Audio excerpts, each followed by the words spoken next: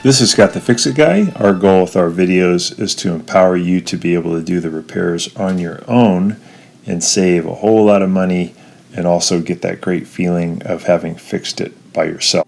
Today we're going to cover how to remove your burners from your GE electric stove, and this might be done to improve the contact with the burner so that it works better. It might be due to cleaning these little drip plates that go below them, or maybe replacing them with brand new ones.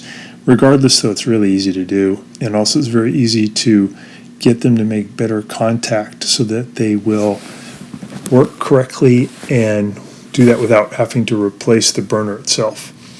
So if you want to remove the burner, make sure that it's not hot and just pull it directly out to the side, and it should be very easy to come out. Here's a set of brand new drip plates that you can put in that really make your stove look great again. We'll put a link in the description below, but they're really easy to install. I just put them in position, line up the big hole with where the burner goes in, and then once you do that, just gently push the burner back in, and you'll notice that it'll sit down right inside that bowl.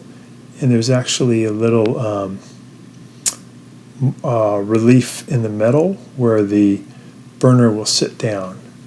So make sure you link that up. Trying to get the burner to be very flat is important when you're cooking, so that, like if you're cooking eggs, the eggs won't run to one side of the pan. So you want to push it down and get it as flat as you can. Just take you a couple of minutes.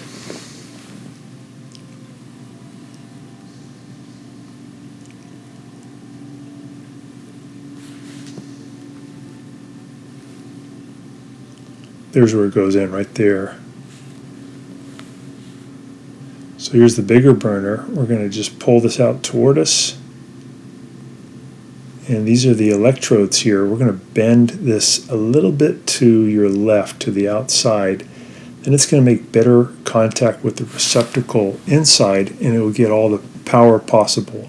You can also clean those contacts with a wire brush. So we're going to put in the drip plate. This one's a little bit older, so it doesn't look quite as good. Have it sit down, and then we're just going to gently push that back in as far as it'll go. We're coming in at a little bit of an angle. And then once again, we're going to look for the area on the drip plate that's relieved, and that's where the burner legs are going to drop into. There's 3 of those.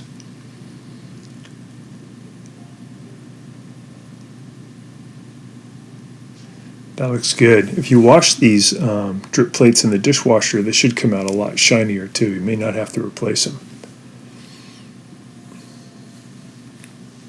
Do the bigger one in the back. We're going to pull it out. And again, we'll just bend it a little bit to the outside. You can bend both of them just about a 1/16 of an inch would be great. Tiny bit. I'll do that one. And they're going to make better contact, get full flow of the electrons, so it heats up really good. Put in the drip pan, line it up.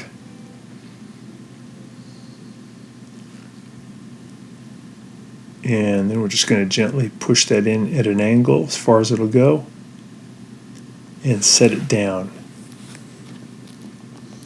Try and line up those little feet. So the one in the back on the right, that one actually has an exhaust for your oven, an exhaust ducting, so you may find sometimes that steam is coming out of that one. So once again, we're going to bend this one out and maybe clean that up with sandpaper or a wire brush. Put in the drip pan. There's that ducting right there for the oven. Steam comes out of that.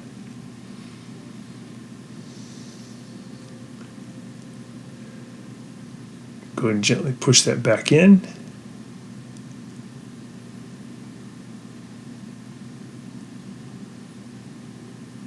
set it down, and you're done. And your stove is going to look better, and it's going to heat up faster and stronger. Thanks so much for watching. Thanks so much for watching our video. We really appreciate your support. And when you get a chance, please press the subscribe button below so you can be subscribed, and also the notification bell so we can send you more videos about appliance repair. Please also give us a thumbs up if you enjoyed the video. If you really liked the video and it really helped you, please press this new applaud button and you can show your support and also get a nice clapping hands for your video. Thanks again.